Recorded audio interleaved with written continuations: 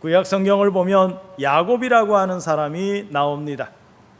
야곱은 어릴 때부터, 그가 태어날 때부터 그의 이름 자체가 형의 발 뒤꿈치를 붙잡고 나온 사람으로서 거짓말쟁이, 사기꾼, 그런 의미를 가지고 있는 이름이 야곱입니다. 속이는 자. 그래서 그가 성장하고 난 다음에 이삭이라고 하는 아버지가 이제 세상 떠나기 얼마 전에 자식을 불러서, 그 당시에는 장자가 모든 아버지의 축복을 다 유산으로 받았어요. 그러한 내용을 알고 있는 야곱이 그 어머니와 함께 계획을 짭니다. 형님이 받아야 될 그 축복을 이 어머니와 이 작은 아들 야곱이 잘 계획을 해서 아버지로 하여금 형이 받아야 될 축복을 야곱이 받습니다.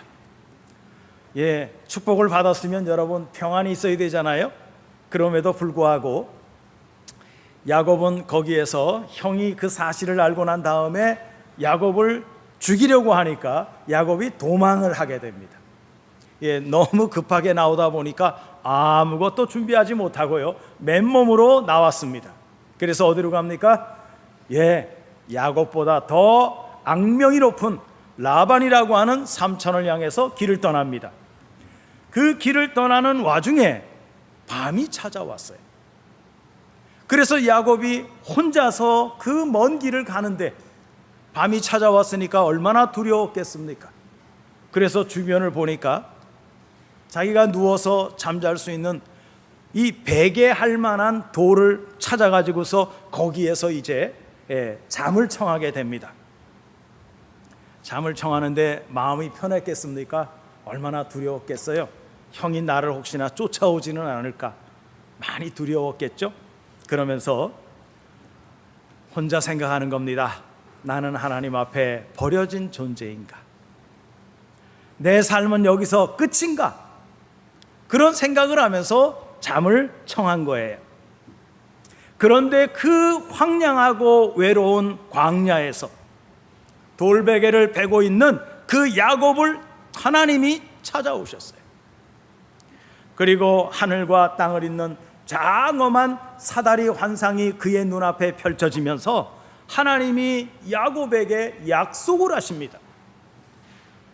창세기 28장 15절에 보면 이렇게 말합니다. 내가 너와 함께 있어 내가 어디로 가든지 너를 지켜주고 내가 내게 허락한 것을 다 이루기까지 너를 떠나지 아니하리라. 여러분, 죽을 것만 같은 이 외로움과 고독 속에 하나님이 그를 찾아와서 내가 너를 지켜줄 것이고 너가 가는 길목에 내가 동행해 주실 것이고 또 너로 하여금 하고자 하는 그 모든 일들을 이루기까지 내가 너를 떠나지 않겠다, 이렇게 말씀하신 하나님의 음성을 들은 야곱은 얼마나 그 마음에 기쁨이 있었겠습니까? 우리 성도님들의 삶 가운데에도 고독과 외로움과 고난과 상실의 그 가운데에서 하나님이 여러분들을 찾아와 야곱에게 하셨던 말씀처럼 여러분들을 붙들어 줄 것이고 여러분들의 발걸음과 동행할 것이고 여러분들이 이루고자 하시는 이 모든 일들을 내가 너와 함께 이루어 가겠다고 말씀하시면 여러분 힘이 날까요? 어떨까요? 힘이 나고도 남지요. 넉넉하겠지요. 야곱이 잠에서 깹니다. 그리고 이렇게 말합니다. 여호와께서 과연 이 광야 여기에 계시건을 내가 알지 못했습니다. 내가 알지 못했습니다. 하나님이 여기까지 나를 따라와서 나와 함께 하신 것을 제가 미처 몰랐습니다. 우리는 이 야곱의 이야기를 들으면서요, 깊은 안도의 한숨을 쉽니다. 그래, 아무리 외로운 인생길이라도 하나님이 찾아와 주면 만사 형통 이룰 수 있구나, 이런 마음과 이런 믿음을 우리가 재정비할 수 있게 됩니다. 그러나 바로 이 지점에서 우리의 삶에 어떻게 보면 숨막히는 평행선이 깨어지는 아픔을 우리가 아픈 질문을 하게 되는 것입니다. 왜냐하면 여러분, 우리 모두는요 예수 그리스도의 십자가로 죄사함을 얻었고요, 그리고 우리가 구원에까지 이르게 된 우리입니다. 그렇다면 오늘 성경에 보니까 하나님을 믿는 자들은 하나님을 뭐라고 부르느냐? 아빠, 아버지라고 부른다는 거예요.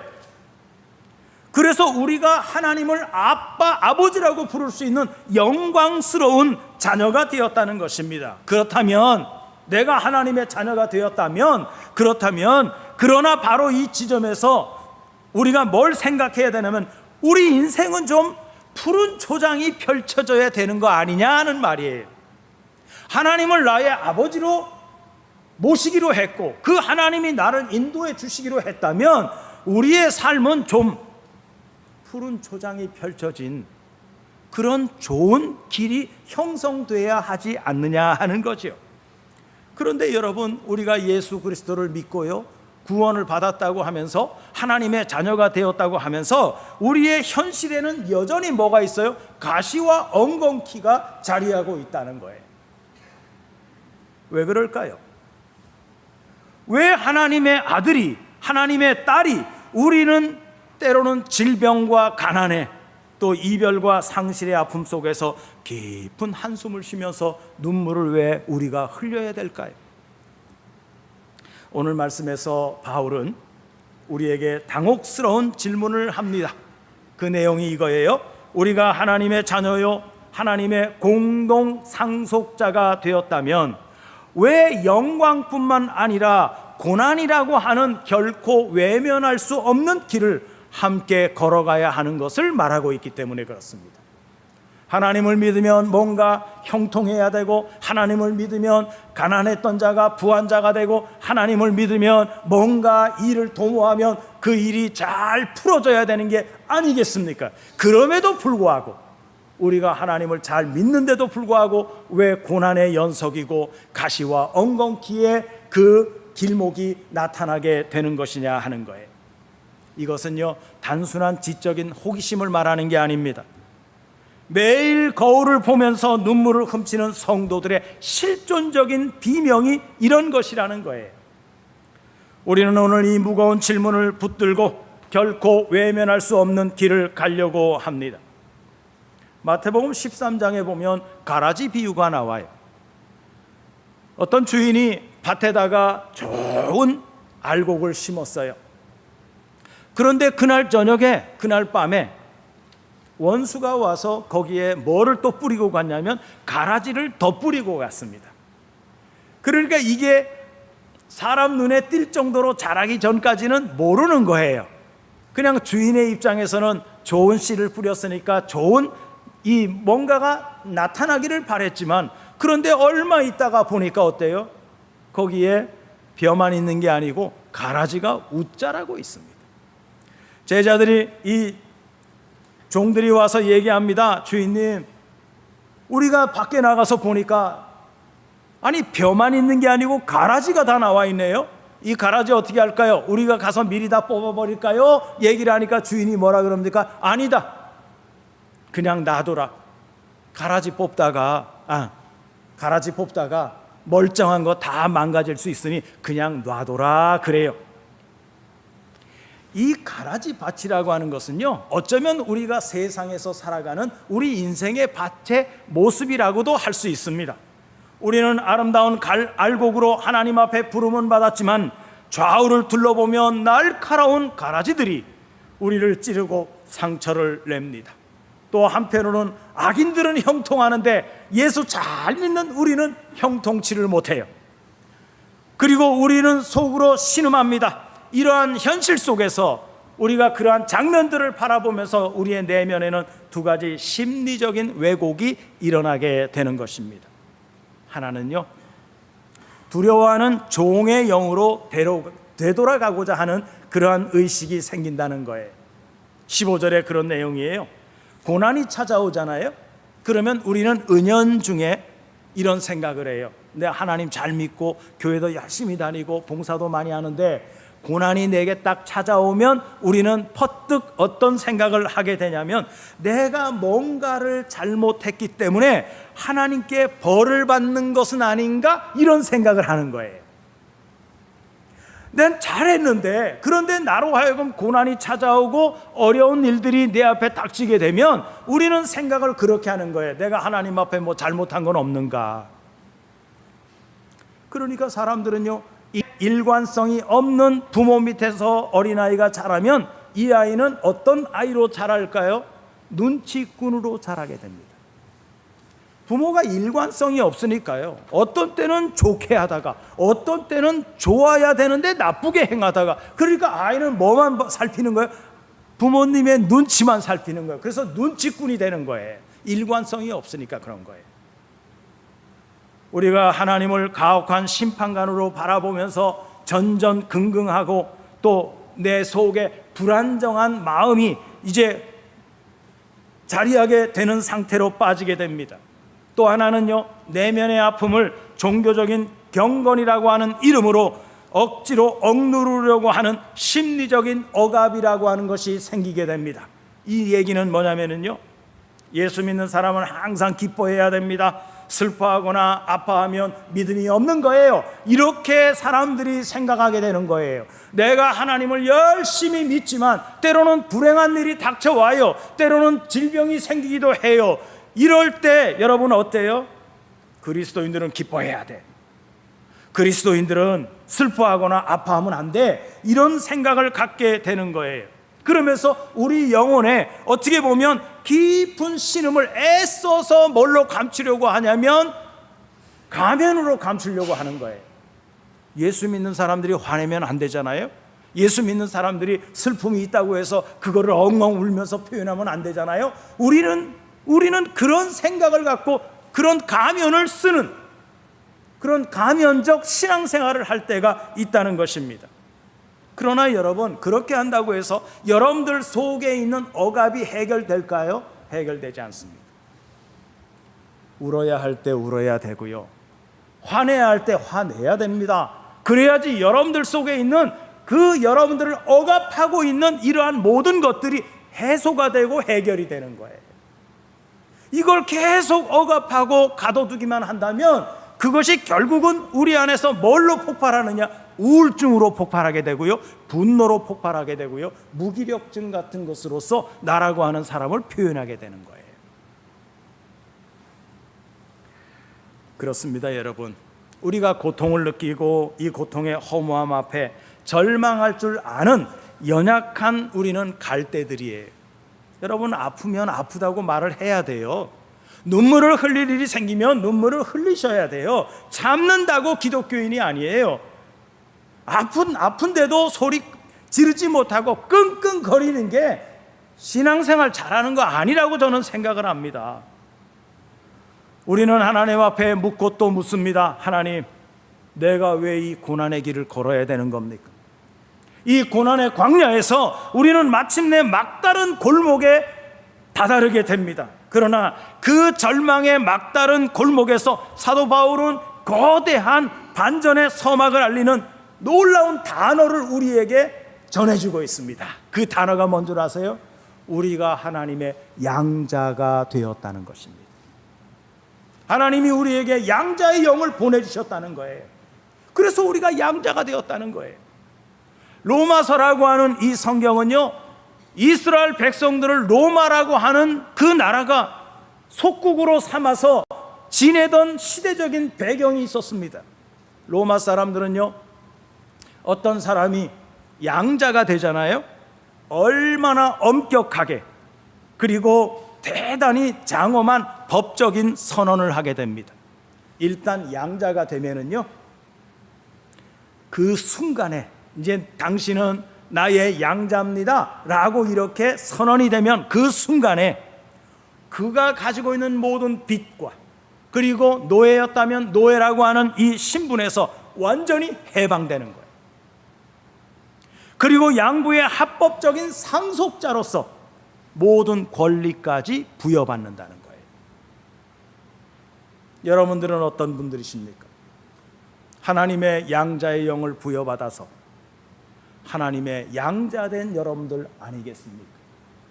그렇다면 여러분들은 하나님이 갖고 계시는 그 모든 하나님의 권리를 여러분들도 똑같이 예수 그리스도와 함께 그 하나님의 귀한 생명의 권한들을 우리 또한 받았다고 하는 사실을 잊지 않았으면 좋겠습니다. 하나님의 양자의 영이 우리에게 와서 우리로 하여금 내가 양자 되었다고 하는 사실을 증거해 주시기 때문이에요. 바울은 우리에게 말씀합니다. 우리는 더 이상 심판의 채찍을 두려워하는 노예가 아니라고. 우리는 이제부터 온 우주의 통치자이신 창조주 하나님의 완전한 상속자가 되었다고. 이 양자의 영이 우리 안에 임할 때 우리의 입에서는 가장 경이로운 고백이 터져나와요. 그게 뭔 줄 아세요? 하나님을 향하여 아빠, 아버지라고 부르짖을 수 있게 되었다는 것입니다. 한번 따라해 보실까요? 아빠, 아버지. 예, 이제는 하나님이 나의 아빠고 하나님이 나의 아버지가 되었다는 거예요. 감사하지 않습니까, 여러분? 심리학적으로는요, 이러한 상황을 뭐라고 표현하느냐? 완벽한 안전한 기지를 소유한 것이다 라고 표현하고 있어요. 하나님이 나의 아버지십니다. 여러분, 이것보다 더한 안전한 기지가 어디 있겠습니까? 이제는 주 양육자에게 전적인 신뢰를 갖게 되는 아이는 아플 때 숨기지 않습니다. 아프면 아프다고 그 아버지 앞에 나가서 울기도 합니다. 아프다고 호소도 합니다. 아빠라고 부르짖으며 그 아빠의 품에 안기기도 합니다. 하나님이 우리에게, 내 자신에게 고난이 닥칠 때 기계처럼 감정을 억누르라고 말씀하지 않습니다. 오히려 그 아픔을 안고 십자가 앞으로 나와서 아빠, 아버지라고 부르짖기를 원하고 계신다는 사실을 우리가 분명하게 알고 있어야 됩니다. 주님 앞으로 나오십시오. 여러분들의 고난이나 여러분들이 감당할 수 없을 만큼의 그 어떤 큰 사건이 여러분 앞에 닥칠 때 여러분 그것 가지고 끙끙거리지 마시고요, 주님 앞으로 나오십시오. 그 보따리 가지고 주님 앞에 좀 나와서 보따리 다 풀어놓고, 하나님, 제게 이런 문제가 있습니다. 주님 도와주십시오. 아버지 도와주십시오. 하나님이 여러분들의 진솔한 아버지시라면 아버지가 가만히 계실까요? 그런데 사람들은요, 하나님을 그렇게 믿지 않아요. 어떤 문제가 생기면 자기가 그걸 끌어안고서 혼자 해결하려고 그렇게 힘들어하고 아파하고 애쓴다고 하는 것입니다. 하나님의 우리가 하나님 앞에 울부짖는 그 자체가 우리가 하나님의 사랑을 받는 자녀라고 하는 가장 확실한 증거가 아니겠습니까? 바울은 더 나아가서 이런 얘기를 합니다. 우리가 겪는 이 고난의 성격을 완전히 바꾸어 놓는데요, 오늘 보면 17절인데 18절을 보면 생각하건대 현재의 고난은 장차 우리에게 나타날 영광과 비교할 수 없다, 이렇게 표현했어요. 여기 비교할 수 없다라고 하는 이 내용의 뜻은 뭐냐면 두 개의 이 저울이 있는데요, 하나가 있고 또 하나가 있습니다. 그런데 여기에서 저울의 무게를 다는 행위에서 나온 말입니다. 바울은 우리의 인생의 저울 한쪽에는 현재 고난을 올려놓고요, 그리고 다른 쪽 한 곳에는 장차 올 영광을 올려놓은 거예요. 그런데 여러분, 그리고 선포합니다. 우리에게 앞으로 오게 될 하나님의 그 영광은 그 무게가 너무너무 압도적이어서 우리가 현재 당하고 있는 이 고난의 무게가요, 깃털처럼 가벼워졌다는 의미가 있는 것입니다. 바울은 이 고난을 무의미한 파멸이 아니라 우리가 함께 얼마든지 겪는 산고를 당하고 있는 이 아이를 뵌 산모와 같은 신음이라고 표현하고 있습니다. 여러분, 저는 아이를 낳아보질 않아서 그 고통이 얼마인지는 잘 모르겠어요. 그런데 아이를 낳을 때 산모의 고통은 하늘이 무너져 내리는 것 같은 고통이라고 말을 합니다. 그런데 이 산모의 고통은요, 죽는다고 하는 죽어가는 자의 절망적인 비명이 아니라 그것은 곧 태어날 새로운 생명을 향한 소망이 가득 찬 산고의 신음이라는 것입니다. 우리에게 고난은 우리를 무너뜨리는 형벌이 아닙니다. 하나님의 상속자다운 고결한 품격을 빚어내기 위한 하나님의 정신적 회복 탄력성이라는 거예요. 그래서 새로운 생명을 잉태하기 위한 거룩한 진통이라는 사실을 우리가 잊지 않았으면 좋겠습니다. 스캇 백이라고 하는 정신의학자가 그가 쓴 책이 있는데 아직도 가야 할 길이라고 하는 마지막 그 책의 마지막 단원에서 우리 인생을 뒤흔드는 가장 신비롭고 거대한 힘을 은총이다라고 표현을 했어요. 은총. 이것은요, 인간의 얄팍한 의지력이나 또는 정신력만으로 인생의 거친 파도를 이겨낼 수 없다는 거예요.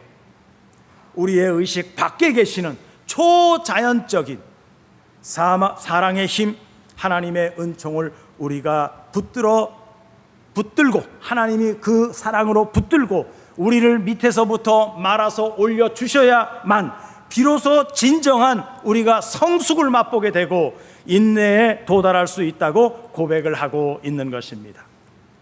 시편 139편의 말씀을 보게 되면 이렇게 나옵니다. 우리가 새벽 날개를 치며 저 바다 끝에 갈지라도, 아니면 스올의 음부와 같은 그곳에 우리가 여기에 고통의 바닥에 누울지라도 주의 신실하신 영은 우리를 떠나지 아니하시고 그곳에서 우리를 붙들고 계신다고 하는 신앙 고백의 말씀이 시편 139편의 말씀입니다.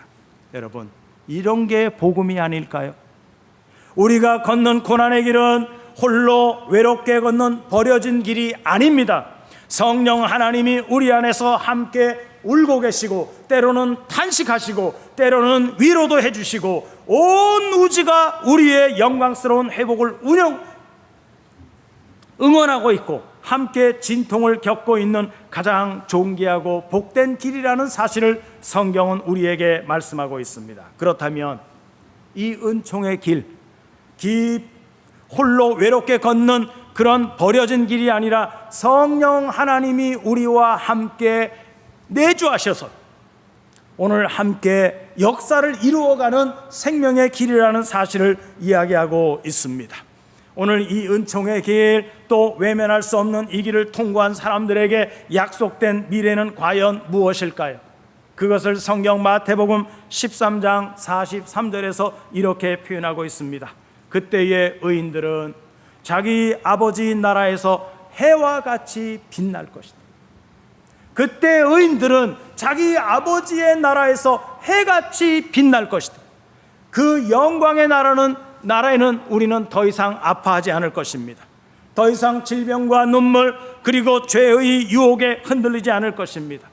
그날에는 타오르는 정오의 햇살 같은 주님의 영광이 여러분들의 온 몸을 감싸 주실 것입니다. 우리의 메마른 밤에 흐르던 눈물은 주님의 따스한 손길로 닦여질 것이고 가라지 밭에서 상처 입었던 영혼의 상처들은 생명수 강가의 맑은 향기로 치유가 이루어질 것입니다. 우리가 지금까지 살아오면서 흘렸던 모든 눈물과 탄식은 주님의 나라에서는 가장 아름다운 보석으로 탄생될 것입니다. 사도 바울이 로마서 5장에서 이렇게 고백했습니다. 우리는 이 소망이 있기 때문에 오늘이라고 하는 삶의 자리에서 기뻐할 수 있습니다. 이렇게 외쳤어요. 다만 이뿐 아니라 우리가 환난 중에도 즐거워하나니 이는 환난은 인내를, 인내는 연단을, 연단은 소망을 이루는 줄 알미라. 이렇게 선포하고 있습니다. 여러분들의 삶에 환난이 있습니까? 여러분 인내하십시오. 인내하면 소망이 반드시 여러분들 앞에 도착하게 될 것입니다. 우리 동양학에서는요, 이것과 비슷한 단어가 있습니다. 여러분들 다 아시는 내용이에요. 고진감래라고 하는 이야기입니다. 고진은 뭐예요? 그 쓰리고 아픈 그것이 바닥을 드러내면 그 뒤에 뭐가 온다는 거예요? 감래. 달달한 무엇이 우리에게 온다는 것입니다.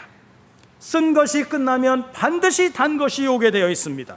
하물며 우리 인간사의 이치가 그런데도 불구하고 온 우주의 하나님이신 하나님의 약속은 얼마나 더 신실하겠느냐 하는 말씀을 드리고 싶은 겁니다. 도망자 야곱이 밤하늘의 차가운 별빛 아래에서 돌 베개를 베고 누웠을 때 그는 자신이 서 있는 그 자리가 하늘의 문이고 하나님의 집이 될 줄 상상이나 했겠습니까? 인간의 영혼을 맑게 비추는 시인 도종환이라고 하는 분이 이런 시를 썼어요. 이 시를 읽어드리고 마치려고 합니다. 제목은 흔들리며 피는 꽃입니다. 흔들리지 않고 피는 꽃이 어디 있으랴. 이 세상 그 어떤 아름다운 꽃들도 다 흔들리며 피었나니 흔들리면서 줄기를 곧게 세웠나니 흔들리지 않고 가는 사랑이 어디 있으랴. 젖지 않고 피는 꽃이 어디 있으랴. 이 세상 그 어떤 빛나는 꽃들도 다 젖으며 피었나니 바람과 비에 젖으며 꽃잎 따뜻하게 피웠나니 젖지 않고 가는 삶이 어디 있으랴. 이러한 내용의 시입니다. 여러분, 우리의 삶이 좀 피곤하고 고단이 많이 있을지라도 그 고단함으로 말미암아 꽃이 자기의 그 대를 강하게 만들어가는 것처럼 여러분들 속에 하나님을 믿는 믿음의 기둥이 고난이 닥치면 닥칠수록 여러분들의 삶의 믿음의 기둥은 더 든든하고 단단하게 여러분들을 버틸 수 있는 인내의 삶을 승리하게 하는 그 능력으로 여러분들을 이끌고 가실 줄로 믿습니다. 이 믿음으로 하나님 앞에 온전하게 세워가는 우리 성도님들 모두가 되어주시기를 주님의 이름으로 축복해 드립니다.